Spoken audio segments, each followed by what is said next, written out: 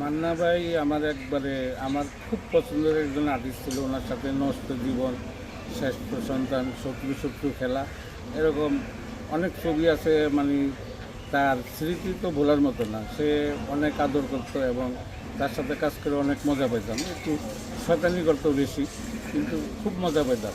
আচ্ছা, এমন কোন স্মৃতি আছে যেটা ভোলার মতো না, একটু দর্শকদেরকে বলবেন, শেয়ার করুন। উনি আমারে ডাইরেক্টর বলছে যে জামাল পাটারে এই ছবিটা রাখে।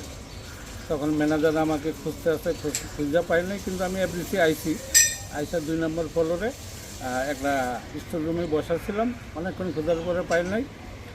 তখন যখন আমারে পাইলো ম্যানেজার, তখন আমারে মান্না ভাইয়ের কাছে নিয়ে গেছে। মান্না ভাই মেকআপ রুমের উপরে বসা, লাভ দিয়ে নাই বলে, তুমি এত বড় আর্টিস্ট, তোমার জন্য 2 ঘন্টা বসে রয়েছি।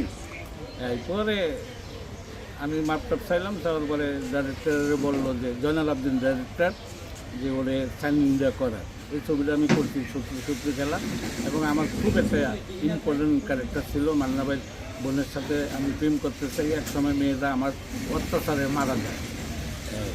আচ্ছা, দর্শকদেরকে লাস্ট প্রশ্ন, সেটা হচ্ছে দর্শকদেরকে কি বলবেন সিনেমা সম্পর্কে?